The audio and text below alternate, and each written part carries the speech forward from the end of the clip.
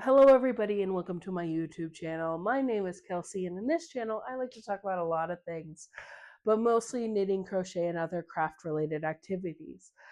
In today's video, we are doing yet another episode of WIP Roundup. This is an ongoing series on my channel in which I take you through all the things I currently have on the needle and on my hooks, because there is crochet in this video. It's a big twist at the beginning of the month to give us all a map of the current situation as we head into January in this case.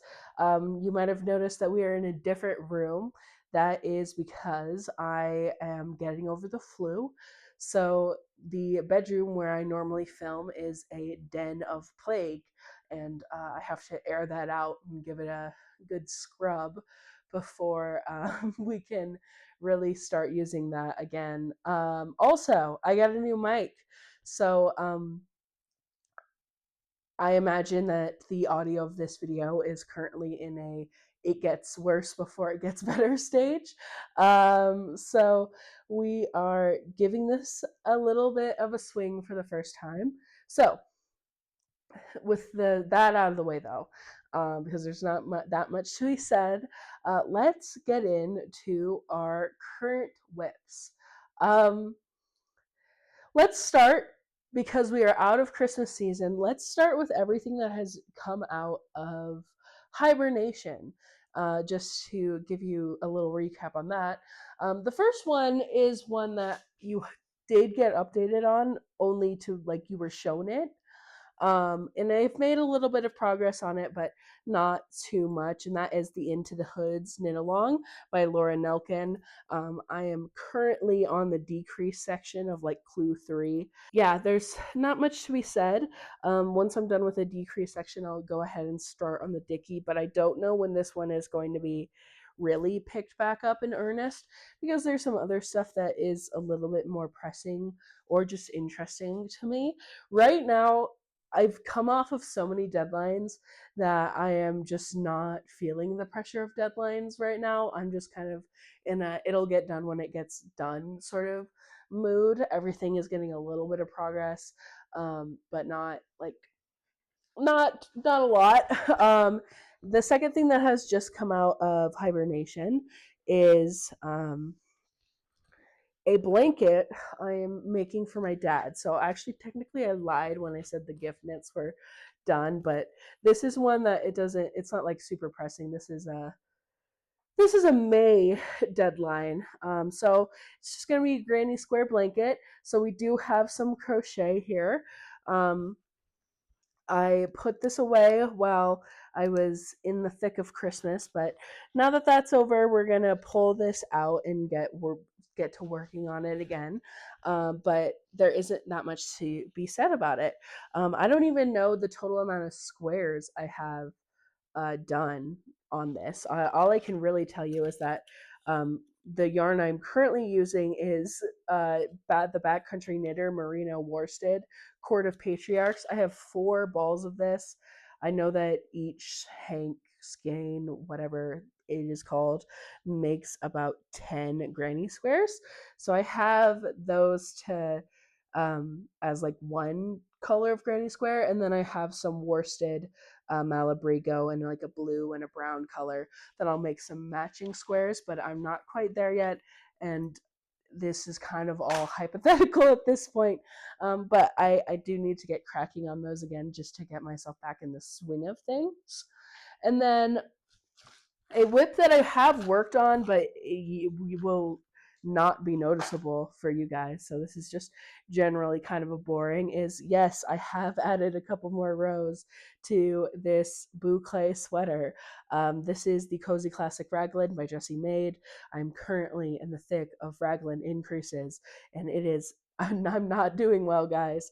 One thing that is nice about getting the flu, I guess, is I didn't get like the really heavy, difficult flu that it seems a lot of people did. My flu like just kind of made me exhausted. Um, So, but this was kind of like a soothing flu project, for lack of a better word. So we've got a lovely we did about 10 more rows of this sweater, which is good because honestly, now we're in the 30s. I need 48 increases. We're trucking along. I even measured the length from like where I imagine the sweater raglan starts to where the middle of my armpit is, and it does seem like even though we are off gauge, we are on track lengthwise, for where the sweater should hit. Um, because that sweater is so off gauge because of the boucle. I have knit like 2 sizes smaller than I would normally. I normally knit like a 3X. I'm knitting just a 1X at this point, but it does seem to be working out. Then on Christmas Eve, no, on Christmas Day, then on Christmas Day, I cast on a scarf or shawl. We'll see how big it ends up being. That kind of is biting me in the ass. At this point in time, I cast on the Victoria shawl by Sari Nordlin. Those of you who have been here before know I made this for my aunt last month, and I really enjoyed the pattern. So I cast on one for myself, in a yarn I got last year at in Las Vegas. If you watched my NASCAR vlog, I got that during that course of film. I got this yarn at Sin City Yarns. This is a mohair that they dyed in house. That is a nebulous gauge and a mysterious amount of yards. I know it's 100 grams. I have 2 balls of this. So my thinking is just that I'll keep knitting until this ball is done and then I'll switch to the other one and start decreasing. It's just generally inconvenient right now because I need these 6 millimeter needles for a sweater that I'm making my grandmother next month. And I thought maybe I would have to use the needle size up. So that's what I swatch with, but the swatch is just not, it's too big. So I am going to have to use these needles instead. So that means that I'm going to have to finish this project before I start that sweater, or I'm going to have to take these needles from this project, which I just don't really like doing. Like, I'd prefer I don't like taking something off the needles and just having it like hanging out. I'd much prefer to finish something and then move the needles. But beggars can't be choosers. So we'll see how this one actually works out. I'm not putting a lot of pressure on myself to get that done right now, just because again, it takes a lot of focus. It's a chart that you have to like look at and like double check yourself and make sure you're doing everything correctly. So it's just it's just, we'll see what happens with that. Next, we have socks. As always, I am redeeming the socks that were stolen from me. I have cast on the September Cuff Club Volume 2 sock that was robbed. I have two. One of them has a heel, one of them does not. These have made good progress though, because I only really started them last week. And as I previously stated, I was sick for a good majority of that. So the fact that we're heel flapped on one and then we didn't do a heel flap. The fact that we are shadow wrapped on one, and we are ready to shadow wrap the other, it's good. I'm actually quite proud of that. And part of that is because I want to get these socks done fairly quickly because delusion. I signed up for the Farmer's Daughter sock squad, and then I wasn't planning on trying to finish them as they came in each month. And then the first one came in, and I was like, I'm gonna do it. I've given up on that already, but I have wound this yarn, so it is going to be my next sock. And while I'm at it, I might as well try and finish it in January. So this is the Cuff Club 2026 January color. This is only half of it, and the mini. This is going to be the December Cuff Club Volume 2 sock, which is basically a night sky pattern. This kind of came at the perfect time for it to be used specifically for the sock because I did not have any other yarn that would really work for this. I bought yarn and then I changed my mind and decided to use this instead. But that yarn it'll be better for something else anyway. So Cuff Club Volume 2, technically not cast on, but there's not going to be a cast on plans video this month. So I figured I would just throw it in here for the fans to review. Then we have what is my favorite WIP. No, it's my second favorite WIP. It's my second favorite WIP currently. It is the one I was just working on prior to filming this video, and that is my Terra Cardigan by Joanna Phillip. This is a test knit I'm working on.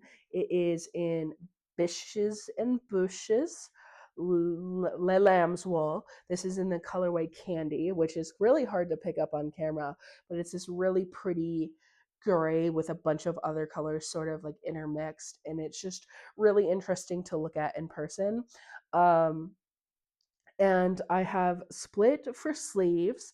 I am on the body. So there was a problem where on one side of the cardigan, I had done the increases wrong for the collar, and one of these like little flaps was like significantly longer. And I kept trying to tell myself that it was fine and that I didn't mess up, because I couldn't really figure out where it was I messed up. But then I joined in the sleeves, and then I was like, you know what, this is not fine. We need to go back. So I ripped back one of the flaps, and was really careful to make sure that the flaps were matching each other this time. And now we and then I reknit one of the whole sides, and then I joined under the sleeves. And it happened a lot faster this time around, probably because I wasn't, fighting for my life with the flu. But it did. It was. I don't frog very often, so um, you know, it's bad when I do force myself to go back and start over again. But yeah, so this has been a lot of fun, and I'm really hoping to get the body done this week. I know that sounds kind of crazy considering I like have two pattern repeats from where I split from the sleeves, but honestly, this pattern texture is really fun to work with. I feel like I've never knit stripes, but I feel like it has to be kind of like stripes, where you get caught up in just wanting to get to the next repeat, and then you get to the next repeat and you're like, well, I might as well, while I'm here, do the next like little 4-row repeat. And so it's been going quickly. Like I've said that I'm not feeling the deadlines. This one is kind of like a strong deadline that's like encroaching upon us quickly, because I do have to have it done by it has to be blocked and like final product shit all finished by February 1st. So I should feel a lot more stressed about it than I do, but I'm really enjoying it. So this isn't like there's been test projects that I've done in the past that have been very much slogs, that I didn't really want to work on, but I had to force myself just so I could get it over with. This is not one of those. This is just genuinely a really enjoyable project. And I'm looking forward to it being finished. The last thing we have was an Impulse Flu cast on that has become my passion project. For some reason, when I get sick, as long as I'm not like fully unconscious, there is like a part of me that just wants to like go back to like the most random technique I can possibly find and just do some random like shit, like just nonsense, like just start something new, and like that I was not even on the radar before I got sick.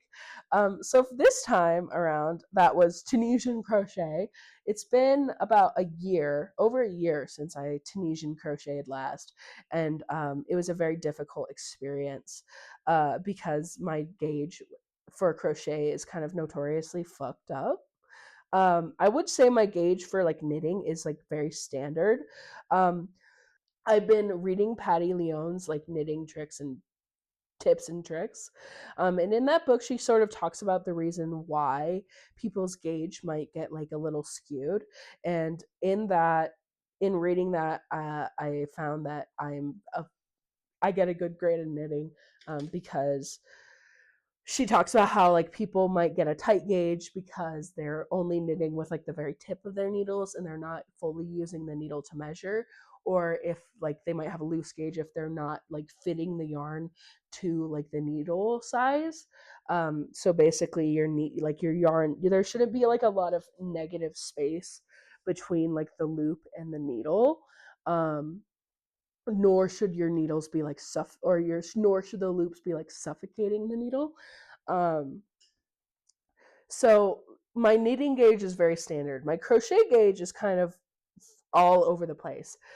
So when I Tunisian crocheted last, it didn't go well because the shawl I made was like half the size it should have been. But this time, having read that book, I was a lot more conscious of the loop size I was picking up on my hook as I was going. And I was making sure not to like tighten as I was doing my backwards pass. And this is going like a lot better. So I'm making the Loveland shawl by Tony Lipsy's. I am using Super Glow Fiber in the colorway California from the Chaperone collection. Um, this is technically a shawl that has like a striped section. I'm just gonna do it all solid. And I'm really loving this and I'm really excited to have this. This is a yarn that I bought kind of on impulse and then I had no idea what I was ever gonna do with it. So it's actually really exciting to like put it into something. Even like in my head I had always imagined this as like a t-shirt or something, but now that it's in this shawl I'm just so excited to have it. And like it's just so squishy and like nice, and I'm thrilled with how this is turning out. Like on my like this side I know is like very messy, but it's just it's like it's been a lot of fun and it was really soothing to work on while I was sick. I actually, I like, we'll see if this candle burns out once this is done. But I am considering, I bought two skeins of fingering sock yarn from Arkansas Yarns while I was there. And I obviously bought them because I intended them for them to be socks because I do love knitting a sock. Um, and uh but I had always thought that they would like look good together, so I am considering like taking taking the those two yarns and making a fingering weight version of this shawl, because I am supposed to go back to my grandma to visit my grandma for her birthday, when I will deliver her sweater, most likely. But this is my favorite thing to work on, and I do have to force myself to go back to the Terra cardigan, even though I also love like working on that.